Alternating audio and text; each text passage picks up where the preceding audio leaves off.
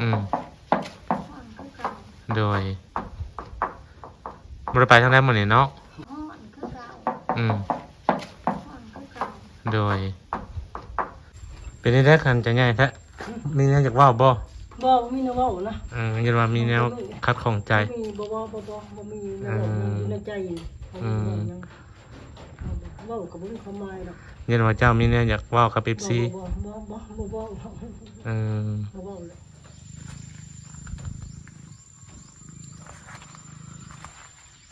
สบายดีสบายดีเบิดสุขุสู่คนนะพี่น้องเนาะมาพบมาพอกับช่องบาทีสินเก่าสินเคยพี่น้อยข่าวมาหาทั้งลุงน้อยนะพี่น้องซื้อข้าวปุ้นมาให้เพิ่นพี่น้อยเพิ่นโทรหาบาทีลงมาสวรรค์แต่เมื่อคืนนี้พุ่นแหละไปกินข้าวปุ้นมาก็เลยซื้อมาให้เพิ่นก่อนพี่น้อยเนาะทงนะโอ้หนังคือหนังโศกเศร้าเงาใจเด่นเนาะคือมานั่งเทิงพี่เป็นยังไงนะทางบนมีหมองนั่งแน่นอนคือว่าปูเทิงพี่เอาสบายดีFCเพิ่นเลยสบายดีโดยปะมุสบายดีเด้อสบายดีโดยป้ากันกินข้าวแล้วป่ะนี่เขาต้มคือหากมาข้าวบ่เขามาที่เลยมาเตรียมเทนหมื้อนี้เอาบ่มาแล้วตอนแรกมา1ตอนแรกเอ้าข้าวปุ้น25,000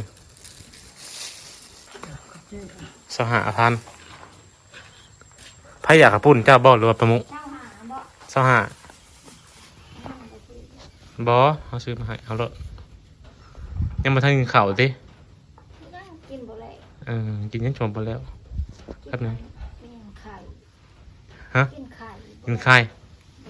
เนี่ยมีเหือมีแห้งแท้กินไข่กินไข่เป็นเรื่องน้อยคือเงาๆงอยสบายบ่มันฮ้อนแดดฮ้อนยันสิตายปีนี้บ่จักเอาแล้วเดือนนี้บ่จักแซ่บบ่เลยนี่บัดมันฮ้อนแฮงว่าบ่เห็นเนาะสิพาตายก็คือแท้ตายแท้ 1,000% เลย 1,000%ว้าวได้กันเนาะบ่ได้เจ็บบ่ได้โซก็สิตายนั่นแหละสิดอกบ่ได้เจ็บบ่ได้โซก็สิตายมันฮ้อนแฮงตายแล้วข้าเจ้าตายบ่โลกนี่ก็ตายบ่คือกันนั่นแหละยาเขาแล้วยาเขาก่อนมันฮ้อนผู้เดียวก่อนฮ้อนอะไรฮ้อนกาบน้ำบางเว้นฮ้อนแล้วก็ฮ้อนคือเก่าฮ้อนคือเก่าโดยเก่า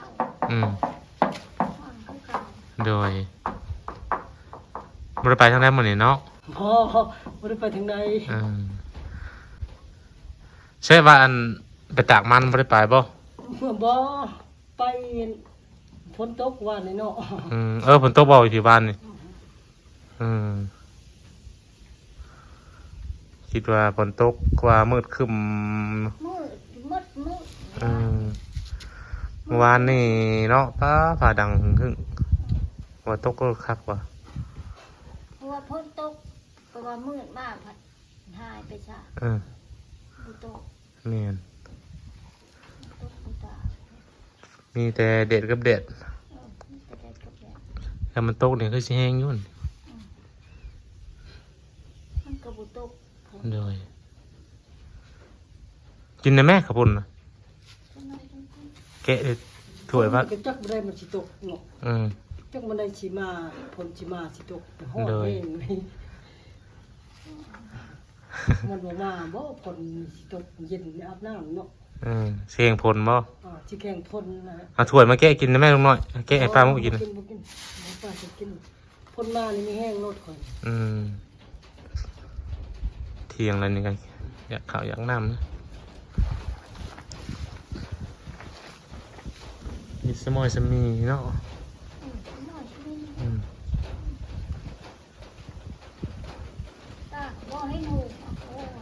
ไม่นุ่งอีกแล้ว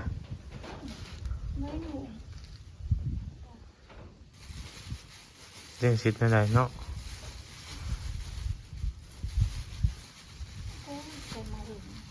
จะไปกินบ่มะฮงนะบ่มักนะบ่มักกะเก็บทิมเก็บมอกคนรถไถมาใช้นะคือกลางลมกันทิมคนมันโคกไปจ้ะคือ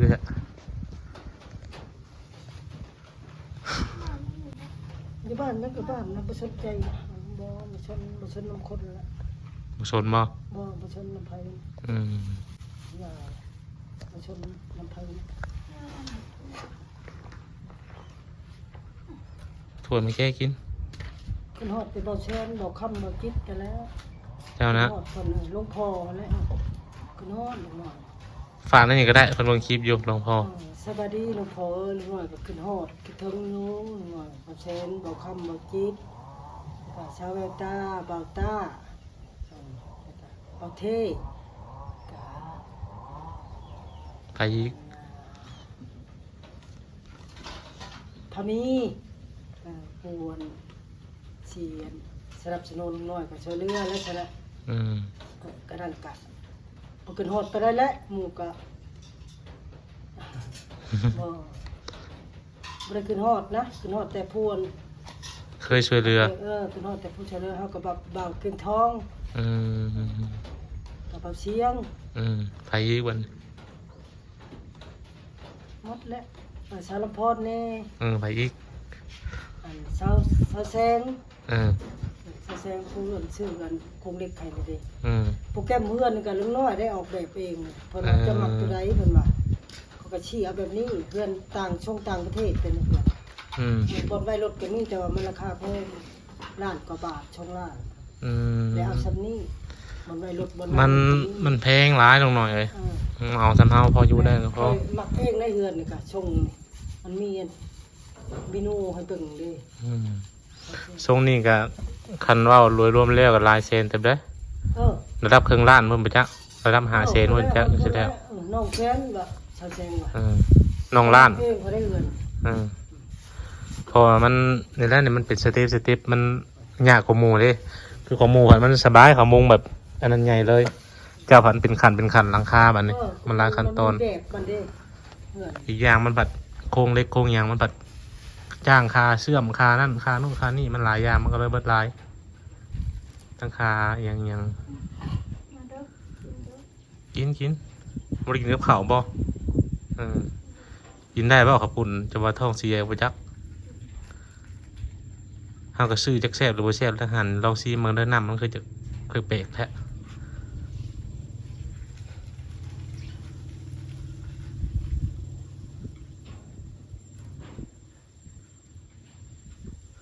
น้ำฟ้า ฮะ น้ำฟ้า น้ำปลา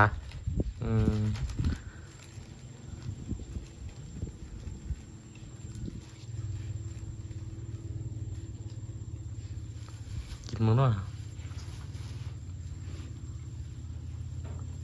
ใช้กระโตกว่าผมนี่บอกกระโตกยกสดเลยบ่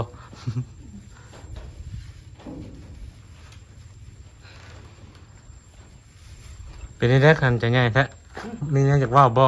บ่มีแนวเว้านะ ยันว่ามีแนวคัดของใจ มีบ่มีแนวเว้าอยู่ในใจนี่ยังเว้าก็บ่มีความหมายหรอก ยันว่าเจ้ามีแนวอยากว่าวกับเป๊ปซี่ บ่อืม บ่เว้าเลยบ่เว้านะ โดยใช่ปะปะเกินพักสนามมันจังอันนั้นมีประโยชน์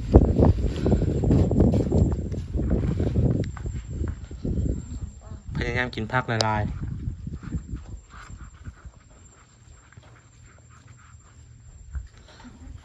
คนคนที่ล่ะ ยกถ้วยโดดกินเมนูน้อยประหยัดบ่ พ่นนี่บ่ตกบ่มันบ่ บ่ตกดอกลมนี่เนาะ ตกนี่เย็นแล้ว แม่น คนบ่ตกอ้อ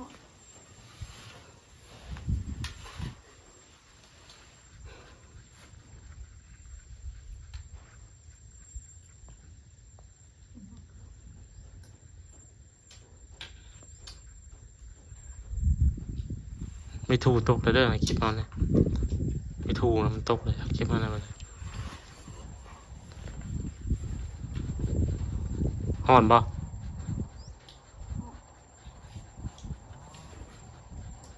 ปลูกตัดใหม่เสียพี่เนาะ ป้าเฮือนสำมูใต้ไผ่ไว้ของพี่น้องเนาะประมาณเฮือนบ่เนาะ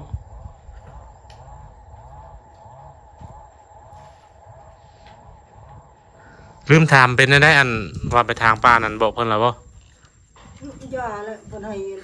700,000 เอาแฮงลดลงกว่าเก่าบัดนี้ เงินนั่นล่ะบดอยู่เงินหลายแล้วล่ะจกแล้วให้เขา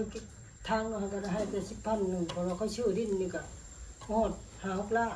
ล้านช่วงล้านเราไปจ้างเนี่ยก็ลุกแล้วก่อนเพิ่นว่า ล้านบาทนะ บ่ล้านกี่เงินตะกี้เงินเฮานี่แหละ ไปสิรูปยังเงินปัจจุบันนี่มันก็อันนั้นแล้ว เขาให้แล้วสมมุติว่าล้านหนึงนี่เขาก็บ่ขายเพิ่นว่าล้านบาทนะเพิ่นชื่อล้านกี่นี่นะล้านห้าล้านนี่แหละตะกี้เราซื้อเป็นป่าแล้วเราถือพัง มันนี่จะบอกเพิ่นแล้วว่าบ่ได้เฮ็ดติ พ่อในทางนี่พอเราไปใช้ลุงน้อย ไปเห็นมันต้น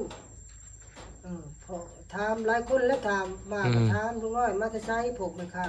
มาจะละอันเห็นมันต้นจีนบ่เมื่อยบ่ไปเมื่อยเพิ่นบ่มีแนวกินก็ว่าช่วยกันแล้วย้อนเพิ่นหลายอยู่แต่ว่าหาเพิ่มก็ว่าค่าไฟค่าน้ำรถเป็นไข้ใต้หั่นแหละก็มีผู้ถามลุงน้อยอยู่ได้นี่ได้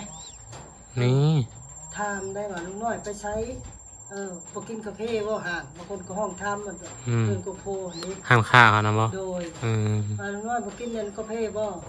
จอกไทย 5,000มาให้แน่ก็ว่าเขาก็กินช่วยเพิ่นก็มีคนถามอยู่นะนี่ได้หลายคนแล้วถามปีนี้สิเอาลุงน้อยเด้อจองลุงน้อยเด้อไปดำนาก่อนเจ้าดำใบแม่นรีบ่ได้ยินเขาเว้าเจ้าดำนาไว้แล้วก็ประชนทรากับไผจ้างก็แพงก็จ้างแล้วก็ดำนาไว้งามก็งามดำนาแม่นรีจะเว้าพี่โตประจักษ์ชื่อเพิ่นน่ะเซาไก่จ่าย1,700,000สิมาค่อยก่อนเราจะดำนาไว้ละเอียดว่ะแล้วจังได๋ก็ฮอดแล้วยามดำนาลุงน้อยดำนาไว้แม่นรีบ่บ่เขาเว้าซื่อๆโอ้ยผู้เพิ่นพี่ตัวแล้วก็บ่ตัวดอกเขาจะดำนาคักไว้โดยผู้เว้าบ่ไว้ภาษาก็ยามันเรื่องของมันมาชนน้ำหัวมันมาชนตรงนี้ผู้เพิ่นดีเนาะแต่คนดีหั่นเอาแต่คนดีๆหั่นลุงน้อยก็คนที่หนึ่งจะเป็นทหารนี่เอาแล้วสมัครเป็นทหารนี่สิเอาบ่เพิ่นสิเอาบ่จักเลยจะเป็นทหารจะได้เงินดำเงินเดือนนี่แหละอยู่เป็นทหารได้บ่เจ้าเรียนจบม.ใดบ่จบก็อันนั้นคิดเป็นตะกี้เขาก็เป็นทหารอยู่ซิโนได้บ่แม่นของร้อนบ่ทหารของพลใหญ่ซิโนน่ะหมู่ต้นก็คืนหมดข่อยต้นก็เว้นถึกมื้อนึงเข้านายค่อยแหละจบมาแต่โซเวียตอาสุนทรมาแต่โซเวียตนายค่อยแล้วขี่รถทิพย์ก็แค่ใส่มุมสำลักก็เลยถึงมื้อนึงเข้ากลางเว้นเพิ่นว่าสมเสด็จเพิ่นว่าไทยเวียงจันทน์บ่ลงวางสมเสด็จได้อ่านฮอดโมงแล้วจะนึ่งเข้าเด้อท่าหมู่ท่าหยังมาแต่ท่าพื้นหาหยังโดยทางนี้ก็โยเงียบเงามันตึกห้างตัวได้ห้างหมดตึกตัวได้ก็ห้างหมดบ่นอนน่ะเห็นแต่พรมบ่ห้องอยู่นี่ต้นกลางคืนกูเลยไปเลยแม่ขายผ้าห่มและผมเล่นจักพื้นเคยขาย2,000บ่2,000กีบแล้วก็จ้างรถเบียดขี่แต่เซโนมาลงหลัก3นี่แหละหลัก3กิโลใหญ่เวียดกระเป๋าเงินจักกีบคนโตคนตั้งซอยบ้านอ้ายได้จบหลายอ้ายได้เป็นทหารคนก็ชงทหารนี่เนาะ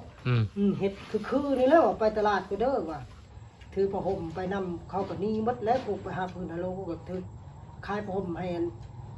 ไทยเซโนทางนี้แหละอันบ้านอันนี้ขายทหารเนาะอยู่ใจชื่อว่าผ้าห่มนี่คือขายแล้วอันข่อยบ่มีเงินซื้อกิน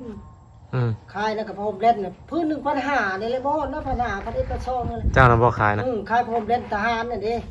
ผ้าเขียวนะบ่ผมเล่นจะบ่เคยเห็นเนาะบ่เล่นเป็นคนเป็นยุยดอกเป็นยุยว่าอันคือขยะนะบ่อันว่าเป็นผายนะเป็นคนพระชีเหลื่อมๆนะคนเป็นฮ้อนๆแล้วคนมันเป็นยุยอยู่แล้วผ่าให้ผมเล่นเขาเอิ้นนะเดี๋ยวนี้มันบ่มีดอกเนาะขายได้เห็นรถเวียดมารถเวียดคันตัวใดก็ไปจอดคันที่ช่องที่ชามไปจอดเขาบอกว่าประชาชนโอ้ทหารโน่นว่าไปขึ้นรถก็นั่งทั้งหน้าเลยนั่งถึงหน้าไปไสไปสวรรค์เป็นทหารบ่เป็นทหารส่งเขาให้เขาดูเขาดิ โดย เวียดมันก็ย่านโควิดนี่ไปแล้วก็เอาเงินให้มันจกให้มัน1,100มา100มันบ่เอาก็คือคนโตคนต่างซอยมันนั่นลงรถวัดนั่นนี่รถสังรถเจ้าก็เห็นบ่รถก็ตกกระเตียนรถกะโก้อันตะกี้รถตะคงโซเวียตพลังนั่นน่ะ ไม่เคยเห็นหรอก รถกระบะเขาขี่รถวัดเขาขี่ มูลเลมเขาก็ลง เอ๊ะ แต่แล้วก็ย่างแต่รักษาไปฮอดปฐมเขาเลยเฮือนปฐม ได้เงินเดือนเท่าไรตอนนั้น ก้อยอยู่เดือนก็ไปทับช่องปัญหานี่แหละบ่ได้ฮอด2,000 ไป1,200เงินกีบนี้ มันกินเฮา พันกีบนี้ ไปซื้อชื่อว่าเงิน50กีบมันกินเหล้าเพิ่นคืนคนเก่าคนน่ะ ได้คนแก่ปิ้งไก่นี่เหล้าก็2กีบปิ้งไก่ก็3กีบกินเหล้าเพิ่นคืนจนแจ้ง ทหารถือปืนนึกถึงปัญญามดิมักเตะนี่ แล้วมันนี่ยังใจจะสมัครใช่บ่ จะไปมันบ่มีแนวเฮ็ดจะไปเป็นทหารแต่พอจะได้เงินเดือนนั่นน่ะจะเป็นทหารไปถามเบิ่งมีหมู่ทหารอยู่ เพิ่นสิมนี่ ส่งเชื้อราย เพิ่นสิมนี่บ่ ทหารบ่อยู่พลสวรรค์อยู่ มีบ่เบอร์แล้ว บ่แล้วเห็นมันก็ถาม เจ้าสิไปสมัครบ่ จะไปสมัครจะเป็นทหารจะได้เงินเดือนมันมีแนวเฮ็ดดิ ทหารน่ะไปเขาเพิ่นเอาก็เขาสิติดเบิ่งข้างแน่กดโกงสุขภาพจะเข้ามาเอาหน่อยบ่แข็งแรงนี่ คืออยู่จะเป็นทหาร นี่ดิบ่ได้มันจะเข้ามาเอาตัวนี้แบกลูกปืนได้บ่นี่ สิเป็นหยัง ผ่าตัดนี่ ได้ดอก จะเข้ามาเอาตัวนี้แล้วเขาหาคนแข็งแรงจะแบกลูกปืนขึ้น เขาสิกวดข้างในบ่ซะ กวดได้เขาจะเข้ามาเอานะคนตัวนึงเขาหาคนแข็งแรงเขาถามมาแล้วตุกหลัก10เขาหาคนแข็งแรงมองไว เจ้าก็วองไว้คือกัน มันเป็นทหารแล้วบัดนี้มันบ่มีแนวเฮ็ด มันต้องได้จากลูกจากเมียบ่เป็นทหาร ป้าเพิ่นอยู่นี่แหละให้เพิ่น เอ้า เข้าเฮือนอยู่นี่แหละป้าอยู่นี่แหละเป็นทหาร จะว่าเป็นนั่นจะว่าดีกว่ายักษ์ลงหน่อย รปภนะ อ่ะ เอาก็ลงพอบ่นะมันเป็น บ่ มันเดือนมาลอยอันนี้เขาก็ได้กิน จากล้านเงินเดือนของหมื่นทหาร น้ำก็ประมาณ2ล้าน3ล้านนี่แหละ รปภน้อยสมบัติว่าดีจ้ะ จักแล้วบ่รู้แล้ว ง่ายเลยเลย หรือว่าบ่มักทหาร มักเป็นทหาร ลองสมัครเบิ่งจะว่าเพิ่นเอาอยู่ วันแรกจะไปทำได้เงินก้อนได้เงินมันต้นสิไปทำเมืองจ้างโลกจ้าง พอได้อันมีอาชีพกินติ อันว่า เป็นทหารกองดอนนี่บ่ได้บ่ บ่มักตัวนี้ บ่มักติบ่ได้เงินเดือนติ บ่ได้เงินเดือน ตอนนี้มันดูแลความสงบซื่อเนาะ บางนั้นบ่มีบางแม่ก็จะสดนั่นแหละ แต่ว่าตอนนั้นนี่สิได้เงินเดือน ไปเป็นทหารไปสมัคร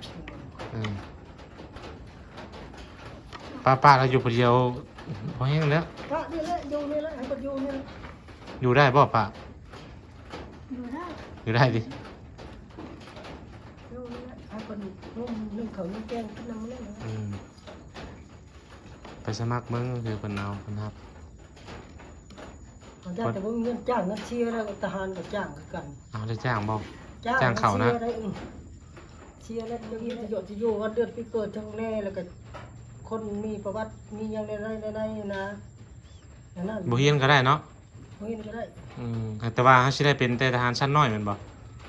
ชั้นน้อยแล้วเป็นทหารเป็นลูกน้องเขาแล้วก็ได้เฮ็ดจังก็เฮ็ดมาแล้วมันได้ชั้นได้หมู่เขาได้บักคันบักดอนบักยอด เป็นนายมาแล้วรุ่นเดียวเลยใส่แว่นขี่รถบิโก้ใส่รถตู้เฮือนชงชั้น จักว่าเขาเฮียนไปจัก เฮ็ดก็เฮ็ดนำกันคือกันควายนี่นะสิมียังเลี้ยงงูเลี้ยงควายชนขนาดว่ากันหลังนี่ เนี่ยเขาเฮียนจบอันฮอดอันวิชาชีพวิชาหยังพุ่นน่ะ บ่จบธรรมดานี่ จบมจบหยังนี่ธรรมดานี่ ไปเลี้ยงควายมึงไผตะโลเชื่อขาดอยู่บักคันบักดอนบักยอด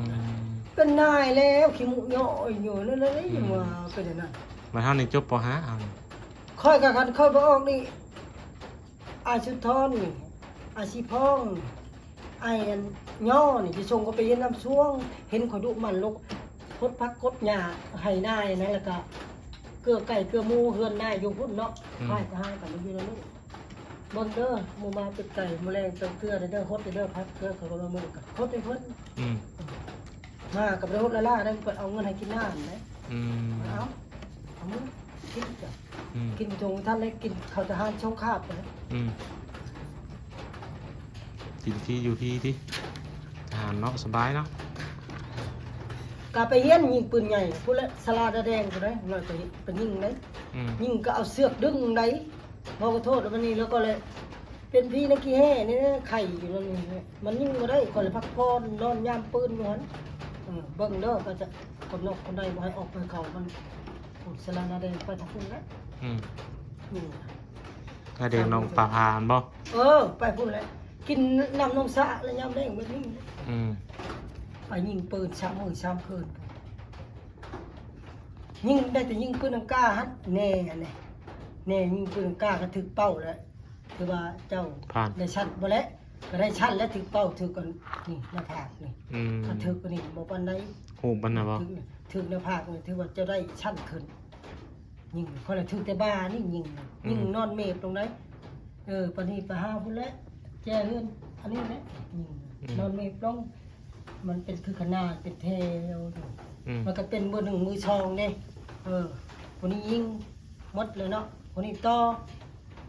เป่าวีต่อติดเบอร์สอง อืม ยิงก็เป่าคนเก่าเขาแล้วมันเป็นหูคนในหูภาพจีกระดาษนั่นน่ะ อืม คอยยิงถึงแต่ไม่ถึงบ้าน เจ้าก็ได้ชั้นเลย เวลาก็ถึงหน้าผากนี่ได้ชั ได้ ด ชั้น เลย ก็ถึงบ้านมันเป็นธรรมดาเป็นธรรมดาเลยถือว่าได้ในได้บ่ชนะเลิศบ่นั่นนี่ละคนก็สลองกินงูกินควายได้ยิง อื แล้ว ม ทุกได้เป็นทหารเลยเขาช่องถือเลย ทุกข์นั่นแหละแต่เฮาเห็นเขายังว่าเขาถูกทหาร มักแตกนี่คารว่ามักแต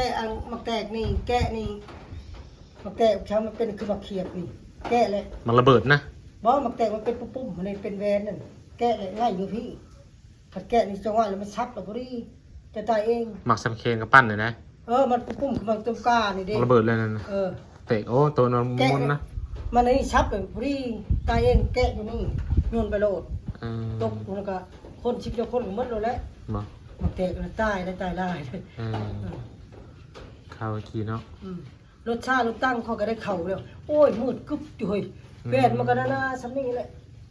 เว้นนะ อืม เข้าไปอัดบักแดงอัดข่อยโอ้ยบ่ได้เล่นแบบนี้เลยยิงปืนก็บ่ได้ครับเดี๋ยวมันมีก็ไปจักเนาะเขาไปลิ้นซื่อๆนะหมูอัดตันนี่นั่งได้แต่2 คนนะแล้วก็พวนยิงปืนนั่น3 คน แสดงว่าเจ้ากระพันซึกมาหลายอะ ผ่านมาแล้วรถชาติรถตั้งได้เข้าหมดเลย คันเจ้าไปสมานี่ได้อยู่จักเพราะว่าเจะมีประวัติเด้ เขาก็ฮู้แล้วเรียนทหารเป็นเรียนทหาร เจ้ามีพื้นฐานเคยเป็นทหารเคยเฮ็ดเพื่อชาติเพื่อหยังนะเพิ่นอาชีพ ย่ามก็ย่ามจนแจ้งบัดเดือบัดตุ้มทุกคนถึกบุญแจกบุญยังเพิ่นเชิญแล้วไปแล้วทหารไปเลย เอากับเหล้าแล้วพอทีเอากับเหล้าแล้วพอทีกิน เมื่อนั้นยังเป็นผู้บ่าว กินเหล้า หมู่ต้นมดข่อยต้นกองเว้นเข้ามานำในเฮือนชามสิเถื่อถือเชือกแม่ถือปูนนี่เข้ามาอยู่เด้อ จะเป็นตอนนี้สบายเดี๋ยวเป็นทหารครับบ่ได้เฮ็ดหยังครับบ่ได้มีเสือกมีนั่นเนาะมีแต่อยู่นี่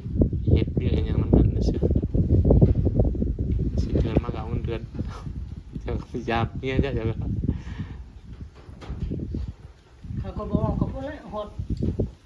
น้ำเทินหดพูดแล้วเพิ่นจะส่งเขาอยู่น่ะอดเอาเด้ออันบ่น้อยเอ้ยอดเอาหมู่ก็นี่หมดแล้วบ่ม่วนแล้วเขาก็หมู่ไปกลางคืนว่าไปชื่อนี่ไปเลยหมู่ก็มื้อมาตอนเช้าเพิ่นมาปลุกลูกแต่ดึกได้อ้ายกายเวียกยังไง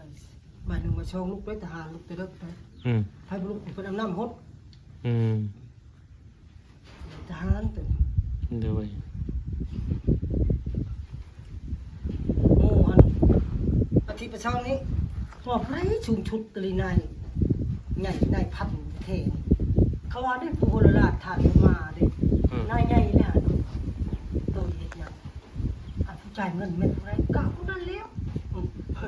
ผู้นั้นแล้วเจ้าหานบ่โอ้ยหานก็ได้เลยคันได้ช่วยสิกินหยังโยตลาดน้อยเพิ่นก็ตลาดน้อยของมอนกลุ่มเดซิโนเด้หานบ่ยอาลีเบิ่งจักโมงแล้วลงการถามผู้หมู่มีโมงหมู่สำหรับ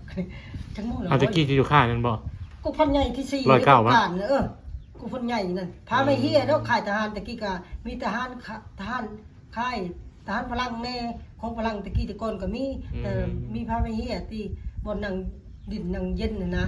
แต่เฮือนค่ายทหารพลังหมดได้ตะ ขอ กี้ งหมอร้อยเก้าหรอวะ อยู่หั่นแหละเข้าไปในพุ่นทางโกการพุ่นโกการก็มีตะกี้ มันมีข้างนี่เลย เข้าไปในเด้อแต่ทางหมู่เฮ้ยผู้อ่อนจ่ายเงินจุกๆแม่นไผโอ้ยหันดิโหนายใหญ่ตัวเลยน่ะชื่อบ่ได้ถาดพ่อมาผู้ละล้านน่ะ มึงเฮ็ดหยังเอายืมเงินไปซื้อกินอยู่ตลาดน้อยคันได้มึงจะยืมเท่าไหร่โอ้ยบ่หลายดอกประมาณนั้น400,000นึงนี่แหละเพิ่นก็คนเคาะประตูแล้วเพิ่นนั่งเด้อเพิ่นแอร์เด้อพัดลมแบบนี้เด้พัดลมพลังเด้พัดลมเป็นคือมันปิดอยู่เคาะตู้โครงการก็มันยาวเป็นแถวเนาะขึ้นทางนี้เลยขึ้นทางหน้าเคาะไผน่ะขน้อยนี่แหละมีหยังมีเรียกบ่ขน้อยมีเรียกหน่อยนึงนะจะเฮ็ดหยังโอ้ยขน้อยอยากยืมเงินแน่เงินเดือนจะส่งปัญหาก็หมดแล้วเด้อปัญหาหมดแล้วยืมเท่าไหร่ก็ชื่อหยังชื่อสบู่จะแป้งนี่แหละชื่อบ่มีสบู่ที่แท้เจ้อมาชื่อช้ำสบู่ฉบาชื่อปิ้งไก่ชื่อจังอยู่ทันละน้อยกับหมู่มันได้บ่ได้แหละตัดเงินเดือนเด้อตัดเงินเดือนเท่านั้นเท่านี้โดยโอ้เจ้าเบิ่งเด้อเวียกงานยามละยามเด้ทางเข้าทางออกเบิ่งได้ไปโทษได้หรอวะ